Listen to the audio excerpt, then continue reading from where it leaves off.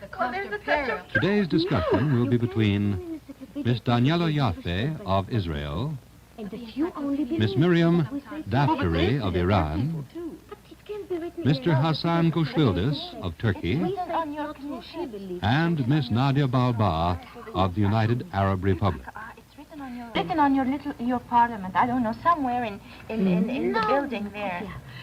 We've been talking about how one nation can help another. No, you're right on the ball here, Nadia. But how can one nation help another? Well, Miss Waller, I think that it's not as simple as that. I think it's more complicated than we think it is. Because when coming, I just had my definite patterns of thought, and that I was really what, 2 months ago? Yes, I didn't question anything because I really thought what I believed was just the right thing. I mean, and now I'm beginning to think about it, and I'm beginning to question some of the things I believe. Well, now, what are some of them? Can you think back to your arrival in the States 2 months ago? What are some of the things you were definite about? Well, I really thought that Iran was the country where I would consider freedom was right, and then coming to the United States, I find what I'd heard, that there is freedom in the United States, and now I'm beginning to question whether our freedom is really freedom. Well, I think that the most important thing I learned here was to start a dialogue, and instead of going on with my own monologue, I learned to speak to people and to share their ideas and to find out the truth in them, and not to believe that what I say is the only truth. Yes, same with me. I now try to think and listen instead of talk. I think we find lots of common things between us and the American youth. For instance, I mean, we find out that also the Americans, that also our people as we are exactly, I mean, have the same feelings I have, sometimes the same ideas, sometimes same problems, youth problems that we have all over the world. And these are just common things that we have all over the world. Well, now tell me some more about this, your relations with American young people your age, and what you found in common with them. I had quite an experience because in all these schools I've been to, most of them say, you're an American. Sometimes they take me for an American, and I don't know whether to take this as an insult or some flattery. Well, I had quite a different experience. I spoke to a boy once, and I knew he had a very faint idea about everything. So he told me, where'd you come from? I told him, I come from Africa. So he stared at me, he said, Africa? I mean, he was just stunned. I don't know how he thought I was going to be, but, well, there are still many similarities between young people everywhere. And I think, yeah, when we were at Williamsburg, the American students were talking about the other delegates and trying to learn about the other countries. And one of the roommates of me told me, do you have a communist delegate? I said, yes. Where is he from? I said, he's from Yugoslavia. Where is he? I'm gonna kill him. Would you say that there's anything that you have in common with each other that you don't have in common with Americans your age? Well, I think it's a matter of point of view, how you look at things. I mean, I would never consider myself, I mean, if somebody, we'd never consider ourselves Arabs. And in the United States, they told me, you're an Arab, and I sort of, me, an Arab. I mean, it's just different ways of putting it. Well, maybe they were learning about the old empire when Persia was conquered. Oh, yes. I think we have lots of comments together, especially, I mean, this maybe our area, because we all come from one part of the world. So it mustn't be, I don't think that feeling problems or these things, but problems that concern our areas. Now, talk to us a bit about that. You do all come from, in general, the Middle Eastern area, even though you aren't an Arab and you're a Turk. What are some of the problems that you've got in common? Well, I think, yes, this is one of the problems, and it's also overpopulation and standard of living, which isn't very high, I think. But as many people like to put it, we are not underdeveloped countries, we are developing countries, and I think there's a difference between the two terms. We are countries which are progressing, but we are not underdeveloped. You also aren't a political vacuum, are you? Oh, no, we're not. I remember your reaction when somebody spoke of you as being a political vacuum. I remember. Well, we don't have the overpopulation problem, but we have the problem of having more water and just raising our standard of living. We too, as we a don't have nation. overpopulation problem, and we don't have a problem of, I mean, Israel is not considered as one of the underdeveloped countries or country which has to make a progress. We are considered as a very modern country in the world, but still the water is a very, very big problem. One of our biggest problems. Well, of course, we're all, every Right. country is in the stage of progressing. It isn't that there's no limit to progressing. Yes.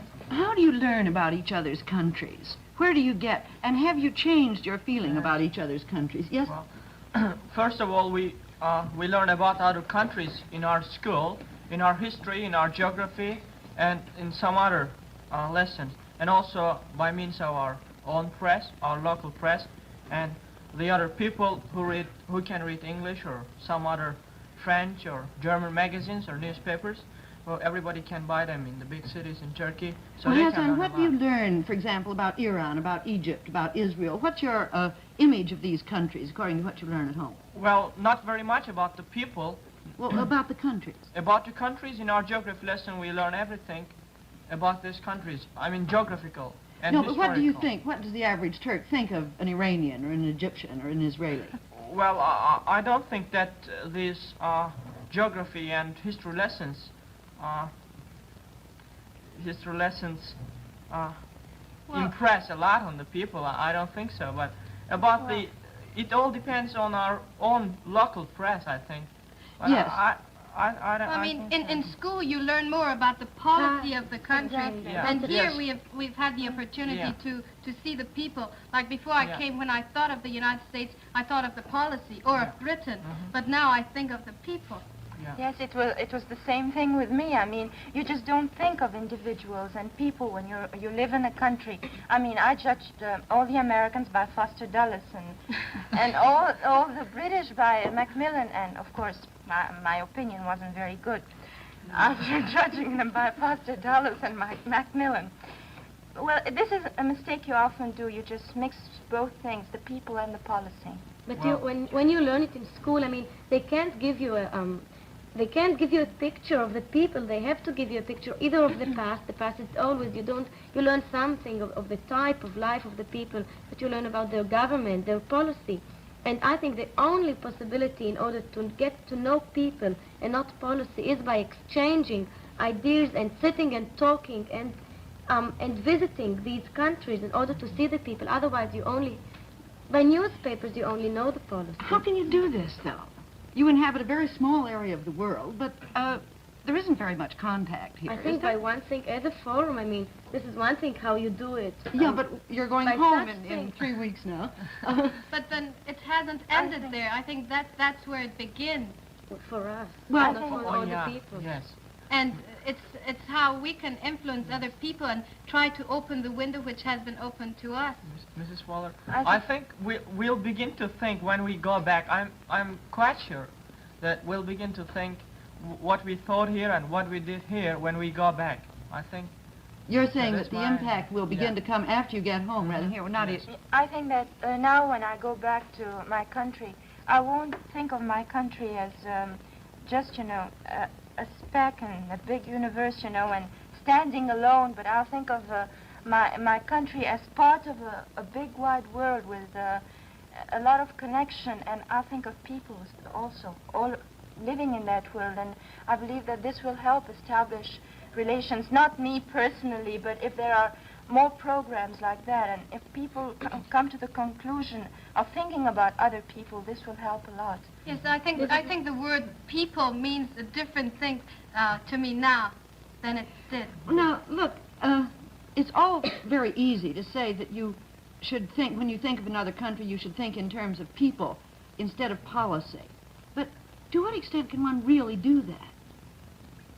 Yes, I think this is one of the jobs that we might have to do when we come home. Explain them that someone is a human being exactly like I am. He has different ideas, his government is different. But perhaps by knowing that we all are people, we can one day come to a conclusion.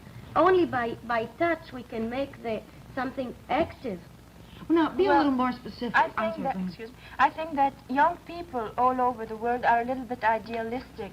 I mean, they have a tendency to believe that there could be a world government. Of course, this is looking too far, but they always have a tendency to being a little bit idealistic and to be influenced. So I believe if I come back, for instance, and talk to young people my age, they just want to be convinced.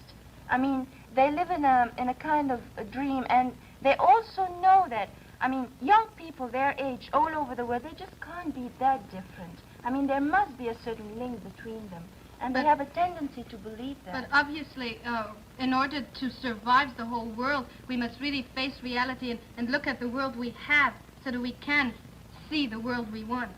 But you have to have a certain idea to go towards it, and then have the, because if you just live in the reality, I don't think you can change much. You have to have a certain idea and try to reach it.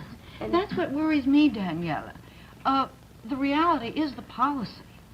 And how long can a young person, as idealistic as possible, how long can that idealism survive when we see how the whole world is sort of divided now between two great powers, two great ideologies, and then in other parts of the world there are lesser ideologies and hatreds?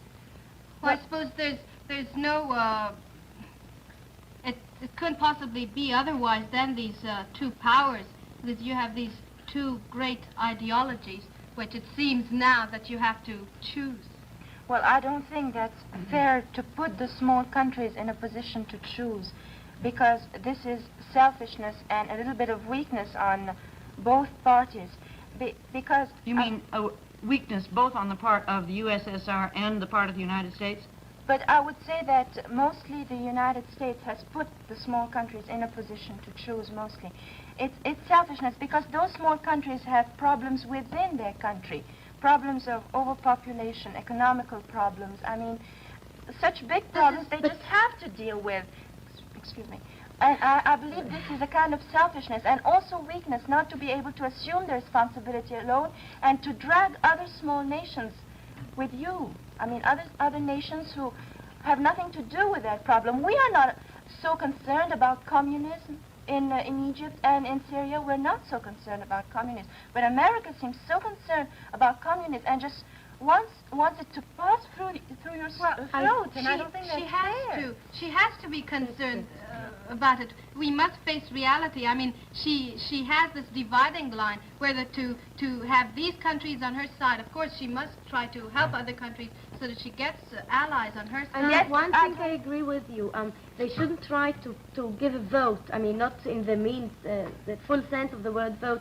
But I mean, I think Russia does the same. And besides, I don't think they should let them vote either here or there. But you can't expect of one big nation helping you, and I mean, I don't mean you personally, and you go to someone else and help the enemy of this nation. There has to be something. Then if you start with that point, where are we going? The word peace will be nothing but a chimera, because if it's always that struggle between two ideologies, don't forget that the small nations are those who make the policy in a way. Are those who make the policy. So if they're asked to go on one side or the other, there will always be that struggle between the two nations. But then, and this is something we but don't if want. you can't possibly work on both sides of the street in life, just take yourself as an individual. You have to choose. You can be neutral. And as a nation, you can be neutral. You can choose both as long as there is no peace and no common idea in both.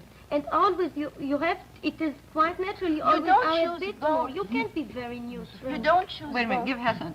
I think it's impossible to be neutral, Nadia. Oh, I think it is. No, I don't think it it is. is. Because today there are two great powers in the world, right? United States and Russia. You have to be on one side. Why? Why do you? Why in can't which side you? are Why you now? can't- Because you choose Why one can't side, you- one way of life. Yeah. No, why can't You you have two seek big your ideas and interest? you choose one idea. Wait, Excuse let me, Nadia- why can't you seek your interest? I mean, look, this is a struggle between two ideologies, between communism and capitalism. And the small nations have other problems. They want to improve their standard of living. Why should they be asked to choose between those two No, that's ideologies? and I agree Why with can't- you. They shouldn't. But But certain. Hassan just said that we have to choose. We can't remain Well, neutral. Why? You said, for instance, now, first of all, I want to say that the communism is not the opposite of capitalism. It's quite different. But you see, here again, we don't agree. I think that capitalism is the opposite of communism. No, it's not. Then it's the opposite of what? Of socialism. I mean, the capitalism is the opposite of socialism. So communism is the enforcing. The socialism is the enforcing way of communism. Now, We don't want to get lost in definitions Exactly. here. I mean, we're not discussing. But I'd like you to make your point and then hear if Miriam has the same or a different one. You were about to show why a country, from your point of view, should not be put in the position of having to choose between Russia and the United States. Convince us on that, will you? Yes, because I believe that we have certain interests. For instance, the United States always has said that there is a political vacuum in the Middle East, and that this vacuum must be filled by one of the big nations, either the USSR or the United States, while we believe that this vacuum could be filled by the Arab nations, because they have a common interest, they have a common link, they speak the same language, they have the same religion, therefore they can stand together. We don't want to be put into the position of choosing either between Russia or America, because we believe that why do you get it? It's not choosing America or the USSR. It's choosing the idea. A way of life. And it's because Iran is very proud of her heritage of freedom, like the United States, that we side with the United States. So it's not the country, but the idea. That's well, by accepting Russia's help, do you think that we are submitting ourselves to Russia's ideology? I don't know, but I think there is, in a way, yes, in a way. I mean, they wouldn't give just help. This is the policy that's the back that might be the sad thing about it, that a nation, when it helps another, it is always with a bit pulling strings. This might be the sad thing. We might want to come to such an idealistic point where a nation will only help in order to help. But they help because they want something back. But why does America help Israel? I mean, this is true. We don't accept any aid from Russia. America helps us. But we live according to a certain Then here idea again of we America. come to a certain contradiction. America speaks a lot about democracy. Democracy is to choose. I mean, here you are. They don't America want us to choose democracy. No, they don't. I know that. But here again, you can't accept Russia's help. Then you're not given We any don't kind want of to choice. accept it. We don't want even. We are not interested in their help. We But don't aren't you get any interested in help. improving your standard of living? Yes, we That's do. why they're Then helping us. We would do, you but refuse I mean, money, which will help improve your standard of living? no, but we don't. But we have an. I mean, we get the aid from America, and we have enough with this. We don't need Russia's aid. I think there must be some distinction between the economic aid we get and the military aid we get. There must be a dividing line there. Because why do they help us? To bring about a more equal world economy. What kind of aid do what you is get? The United States helps us through the Point 4 program, which is giving economic aid, Not agriculture, military. and so on. We also take military aid also, but the chief emphasis is on the economic. So you see, we, for instance, I can say, I mean, one thing, we didn't get anything of military aid from the United States. We get economical aid, we get money, we get people, but we didn't get any military aid. Sometimes nations, I think, are put, like Middle East nations, are put in a straitjacket, and they have to make a choice, like when the UAR had to, was desperate, and she just had to accept arms from Russia because no matter what the cost or peril, because of the Israeli expansion. There is no Israeli expansion. Well, I think there is, but I think there isn't, and I'm sure So it's there just is. a matter of looking at the point of view. That's how I think nations differ from each other. They look from their own point of view. That's what makes nations different. But, I mean, you can talk about point of view when it comes to a fact, but there was no fact like this, so on what basis do you say? just one thing. I mean, the all the time jumping on demarcation line For in instance, Syria and Who in jumped? Who Jordan. the first jumper? Well, I think it's Israel. Oh, so, I mean, we don't agree. Anyway, I don't think we're discussing No. that Of problem. course, I don't think we agree on many things, but we can look at the similarity. Well, I'd like to come back to your point because I don't think you got a complete answer. You said, isn't this a contradiction? On the one hand, you said a country shouldn't have to choose between one or the other. And then I believe, Daniela, Nadia said to you, aren't you having to choose, since you say that you will accept American aid and you won't accept Russian aid? Was that your point? Yes. Yeah, we don't have to choose, no. I mean... One question. yes. I'm sorry to interrupt you. If you accept Russia's help, will America give you aid then? I don't know. I really don't know. But, I mean, there is no matter to talk about this because we don't get Russian help because we have the democracy. I mean, before, when the State of Israel was established, this is the kind of government we have, and it agrees, I mean, perhaps not in everything, but it is more perhaps an American type. It's no communism. And we get the help from America. They don't make us choose. Let's ask Turkey about this question. Well, I still agree. I still disagree with Nadia because, as I said before, one must choose one side because our countries, these countries in the Middle East, are not so stable. So we have to choose either U.S. or Russia. So you said, Daniel is talking, and you're talking about if you get aid from Russia, then will the United States give you aid? Well, I cannot answer that question either, but I think the best way to be one of these countries to be with the United States. So, and I want to point, well, why are you with Russia?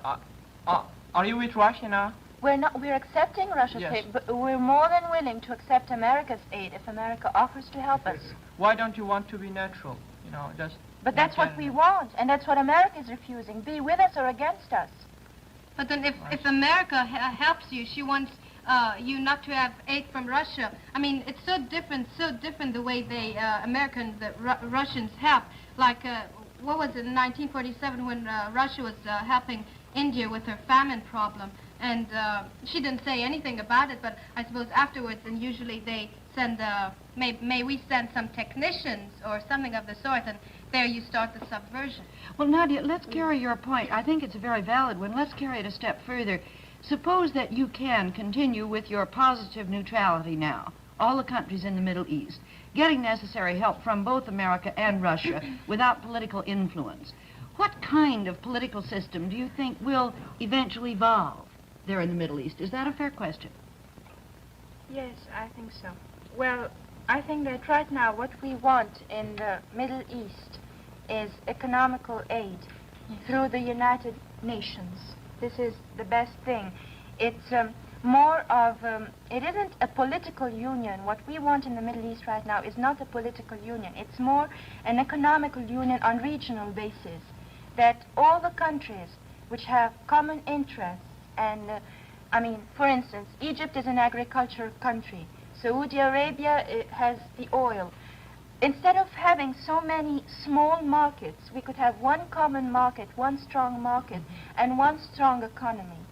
One thing I just want to add here, I mean, Nadia talks about the Middle East, and of course she talks more about one side of the Middle East. We are the second side of the Middle East. I mean, I think a community market would be something idealistic for the Middle East with Israel. I mean, this we can't reach now. I mean, this can be our ideal for the future, perhaps for the near or for the far future. But if we would reach such a day where there would be peace, I think that all these countries together, one has oil, one has culture, one has agriculture, everyone has something else. If we can produce something together at the Middle East. Well, now, for example, what could you get from Egypt that you need? I don't know now. And what could you get from Israel that you need? I don't know much I think about Nadia it. could tell me I what know. she could give me, and I could All tell right, what- you tell Nadia what Israel could give Egypt. First of all, doctors. This is the first thing. I mean, just one thing that I just read recently in the newspaper was that in Egypt, you can tell me if it's true, in Egypt the most biggest percent in the world of people that have trouble with their eyes. In Israel, we have for every 450 people a doctor, which is very, very good. I mean, we have too much doctors perhaps. And I mean, also from the culture part, from the modern part, I mean, this is improving. The medical point of view is improving a great deal in Egypt. But I think, as Daniela said, this is being too idealistic, and by looking, considering a union of the Middle East countries with Israel. But Israel belongs to the Middle East. But we are talking about a political union now. I was an projecting economical into the union, future. yes, but how economically can your countries help each other? I think this medical point is... Well, I think there's a common problem in the Middle East, and this is water, and this is a problem we all have. So by joining our efforts, maybe we can... something might come out of it. But, well, it's all right to consider an economical union with the Arab countries. But I don't think that when Israel comes in, it's very difficult to separate the two things, the economical and the political part. No, it can be only when there will be such a day where because it's very difficult to separate the two things. I mean, they're joined together. I think such things like the Baghdad Pact are very important for the stability of the Middle East. Like, I didn't know, I recently read that the Baghdad Pact had an economic committee which gives technical assistance. That is something I think wonderful. I think there should be more of this unity which gives us security for the whole Middle East. Well, frankly, we are not for the Baghdad Pact. Yes, I know that.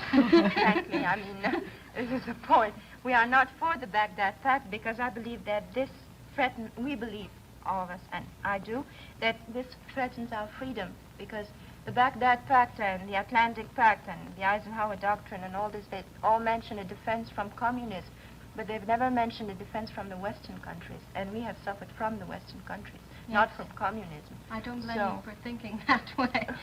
Well, I think you've made your point positively.